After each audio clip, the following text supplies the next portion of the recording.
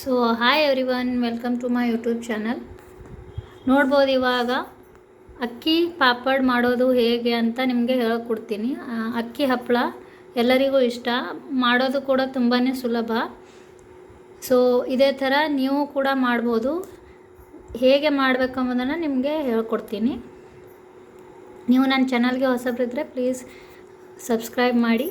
ಇದೇ ಥರ ವಿಡಿಯೋಗಳನ್ನು ನೀವು ನೋಡ್ಬೋದು. ಅಕ್ಕಿ ಹಪ್ಪಳ ಮಾಡೋದಕ್ಕೆ ಏನಿಲ್ಲ, ಅಕ್ಕಿನೇ ಇಂಪಾರ್ಟೆಂಟ್. ಇಲ್ಲಿ ಅಕ್ಕಿ 1 ಗ್ಲಾಸ್ ತೊಗೋಬೇಕು. 1 ಗ್ಲಾಸ್ ಅಕ್ಕಿಯನ್ನು ತೊಗೊಂಡು ಪಾತ್ರೆಯಲ್ಲಿ ಹಾಕಿ ನೀರಲ್ಲಿ ನೆನೆ ಇಡಬೇಕು. ಸೊ ಮಾರ್ನಿಂಗ್ ನೆನೆ ಇಟ್ಟರೆ ನೀವು ಸಾಯಂಕಾಲ ಮಿಕ್ಸಿಯಲ್ಲಿ ಹಾಕಿ ರುಬ್ಬಬೇಕು.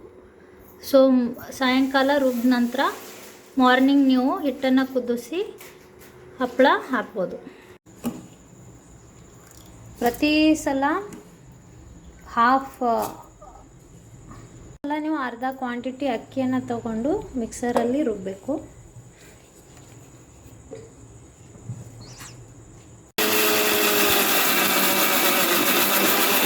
ನೋಡ್ಬೋದು, ಈಗ ನಾವು ನಿನ್ನೆ ರಾತ್ರಿ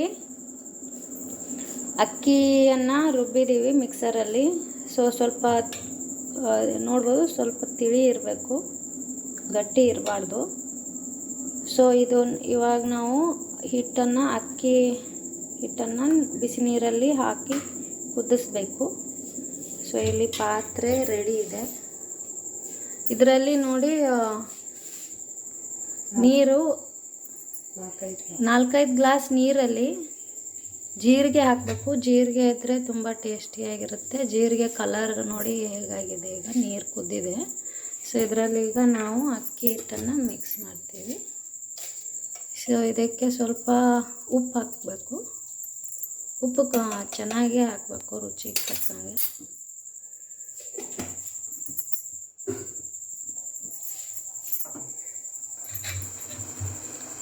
ಸೊ ನೀರು ಚೆನ್ನಾಗಿ ಕುದಿಬೇಕು.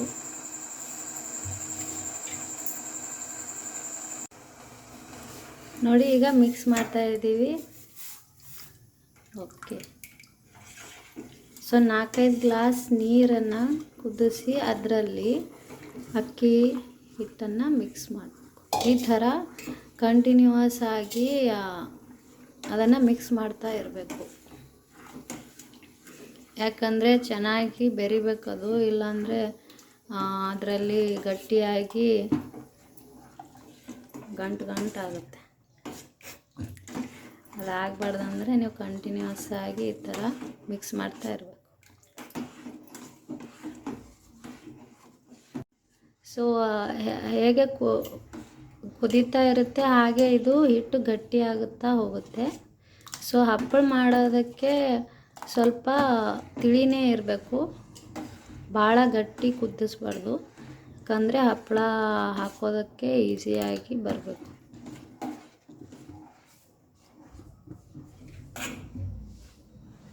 ಗಟ್ಟಿ ಆದರೆ ನೀರು ಆ್ಯಡ್ ಮಾಡಬೇಕು. ಗಟ್ಟಿ ಆದರೆ ನೀವು ಸಂಡಿಗೆ ಅಥವಾ ಕುರುಗಡಿ ಮಾಡಬೇಕಂದ್ರೆ ಸ್ವಲ್ಪ ಗಟ್ಟಿ ಬೇಕು. ಆದರೆ ಹಪ್ಪಳ ಮಾಡೋದಕ್ಕೆ ತಿಳಿ ಇದ್ದರೆ ಒಳ್ಳೆಯದು.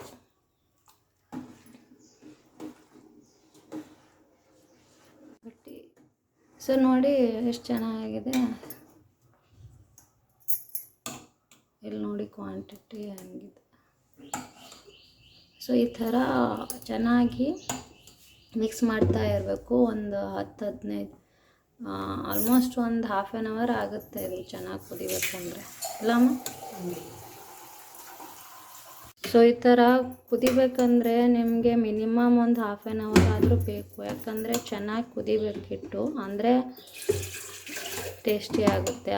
ಇಲ್ಲ ಅಂದರೆ ಹಪ್ಪಳ ಟೇಸ್ಟಿ ಅಷ್ಟೇ ಆಗುತ್ತೆ. ಸೊ ನಿಮಗೆ ಹಿಟ್ಟು ತಿನ್ನೋದಕ್ಕೆ ಇಷ್ಟ ಅಂದರೆ ನೀವು ಸಪ್ರೇಟಾಗಿ ತೆಗೆದು ಇಟ್ಕೋಬೋದು. ಯಾಕಂದರೆ ಕೆಲವೊಂದು ಜನ ಇಷ್ಟಪಡ್ತಾರೆ ಕುದಿಸಿದ ಹಿಟ್ಟು ತಿನ್ನೋದಕ್ಕೆ, ತುಂಬ ಟೇಸ್ಟಿಯಾಗಿರುತ್ತೆ. ನಾವು ಕೂಡ ತೆಗೆದಿಟ್ಟು. ಸೊ ಇದು ಈಗ ಹಿಟ್ಟು ಕುದ್ದಿದೆ, ಇದಕ್ಕೆ ಎಳ್ಳು ಹಾಕಬೇಕು. ಚೆನ್ನಾಗಿ ಮಿಕ್ಸ್ ಮಾಡಬೇಕು.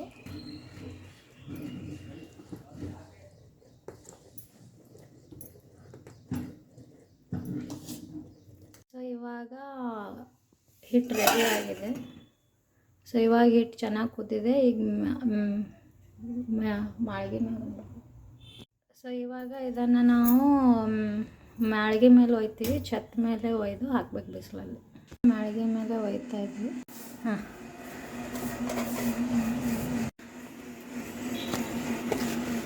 ಪ್ಲಾಸ್ಟಿಕ್ ರೆಡಿ ಮಾಡಿದ್ದೀವಿ.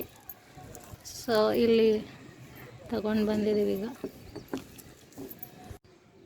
ಸೊ ಇವಾಗ ನೋಡಿ ಹಪ್ಪಳ ಹಾಕ್ತಿದ್ದೀವಿ. ಸೊ ಈ ಥರ ಸ್ವಲ್ಪ ಕ್ವಾಂಟಿಟಿ ತೊಗೊಂಡು ಹಾಕಬೇಕು. ಸೊ ಇಲ್ಲಿ ಏನು ಜಸ್ಟ್ ಹಿಟ್ಟು ತೊಗೋಬೇಕು, ಹಾಕಬೇಕು. ಅದು ಡ್ರೈ ಆದ ನಂತರ ತುಂಬ ತೆಳ್ಳಗಾಗುತ್ತೆ. ಹಿಟ್ಟು ಕುದಿಸಿದ್ವಲ್ಲ ತಿನ್ನೋದಕ್ಕೆ, ಅದನ್ನು ಈಗ ನೋಡಿ ನಾನು ಹಾಕ್ತೀನಿ ಪ್ಲೇಟ್ಗೆ. ಯಾವಾಗೂ ತೆಗೆದಿಡ್ತೀವಿ. ಸೊ ಚಿಕ್ಕ ಮಕ್ಕಳಿದ್ರೆ ಅವರಿಗೆ ತುಂಬಾ ಇಷ್ಟ ಆಗುತ್ತೆ. ಸೂಪರ್, ಆಸಮ್, ತುಂಬ ಟೇಸ್ಟಿಯಾಗಿದೆ. ಈ ಕಡೆ ಹಪ್ಪಳ ಕೂಡ ರೆಡಿ ಆಗ್ತಾ ಇದೆ. ಇದು ನೋಡೋಕ್ಕೀಗ ಅನಿಸುತ್ತೆ, ಆದರೆ ಡ್ರೈ ಆದಮೇಲೆ ತುಂಬ ತೆಳ್ಳಗೆ ಚೆನ್ನಾಗಿ ಆಗುತ್ತೆ. ಸೊ ಈಗ ಆಲ್ಮೋಸ್ಟ್ ಆಗಿದೆ. ಇದು ಪ್ಲಾಸ್ಟಿಕ್ ಪೇಪರ್ ಮೇಲೆ ಹಾಕಬೇಕು, ಯಾಕಂದರೆ ಹಪ್ಪಳ ಡ್ರೈ ಆದಮೇಲೆ ಒಣಗಿದ ಮೇಲೆ ತೆಗೆಯೋದಕ್ಕೆ ಸುಲಭ. ಬಟ್ಟೆ ಅಥವಾ ಅರ್ಬಿ ಮೇಲೆ ಹಾಕೋದಕ್ಕಿಂತ ಪ್ಲಾಸ್ಟಿಕ್ ಪೇಪರ್ ಮೇಲೆ ಹಾಕಬೇಕು. ಸೊ ಇವಾಗ ನೋಡಿ ನಮ್ಮ ಹಪ್ಪಳ ರೆಡಿಯಾಗಿದೆ. ಇದು ಡ್ರೈ ಆಗಬೇಕು. ಡ್ರೈ ಆಗೋದಕ್ಕೆ ಈವ್ನಿಂಗ್ವರೆಗೂ ಟೈಮ್ ಬೇಕಾಗುತ್ತೆ. ಡ್ರೈ ಆದಮೇಲೆ ನಿಮಗೆ ತೋರಿಸ್ತೀನಿ ಹೇಗಾಗುತ್ತೆ ಅಂತ. ಸೊ ಇವಾಗ ನೋಡ್ಬೋದು ಹಪ್ಪಳ ಡ್ರೈ ಆಗಿದೆ.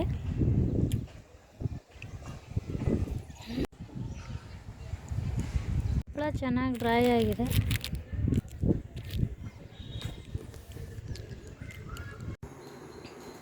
ಸೊ ನಾವು ಮಾರ್ನಿಂಗ್ ಹಾಕಿದ್ದೀವಿ, ನಿಮಗೆ ತೋರಿಸ್ದೆ. ಬಿಸಿಲಲ್ಲಿ ಒಣಗಿತ್ತು. ಈಗ ಮತ್ತೆ ತಂದು ಫ್ಯಾನಿನ ಗಾಳಿಗೆ ಹಾಕಿದ್ದೀವಿ. ಸೊ ಒಣಗ್ಲಿಕ್ಕೆ ಸ್ವಲ್ಪ ಟೈಮ್ ಜಾಸ್ತಿ ಬೇಕು. ಅದಕ್ಕೆ ಬೇಸಿಗೆಯಲ್ಲಿನೇ ಎಲ್ಲ ಹಪ್ಪಳ ಸಂಡಿಗೆ ಮಾಡ್ತಾರಲ್ಲ. ಡ್ರೈ ಆದಮೇಲೆ ನೀವು ಬ್ಯಾಕ್ ಸೈಡ್ ನೀರು ಹಾಕಿ ಅದನ್ನು ನೀವು ತೆಗಿಬೋದು. ಹಪ್ಪಳಗಳನ್ನು ತೆಗೆದು ಒಂದು ಪಾತ್ರೆಯಲ್ಲಿ ಹಾಕಿಡ್ಬೋದು. ಸೊ ಡ್ರೈ ಆದ್ಮೇಲೆ ನೋಡಿ ಈ ಥರ ಆಗುತ್ತೆ. ಎಷ್ಟು ತೆಳ್ಳಗೆ ಚೆನ್ನಾಗುತ್ತೆ ನೋಡ್ಬೋದು. ತಿನ್ನೋದಕ್ಕೆ ಭಾಳ ಟೇಸ್ಟಿಯಾಗಿರುತ್ತೆ. ಹಾಗೇನೂ ತಿನ್ಬೋದು, ನೀವು ಆಯಿಲಲ್ಲಿ ಕರೆದು ತಿನ್ಬೋದು.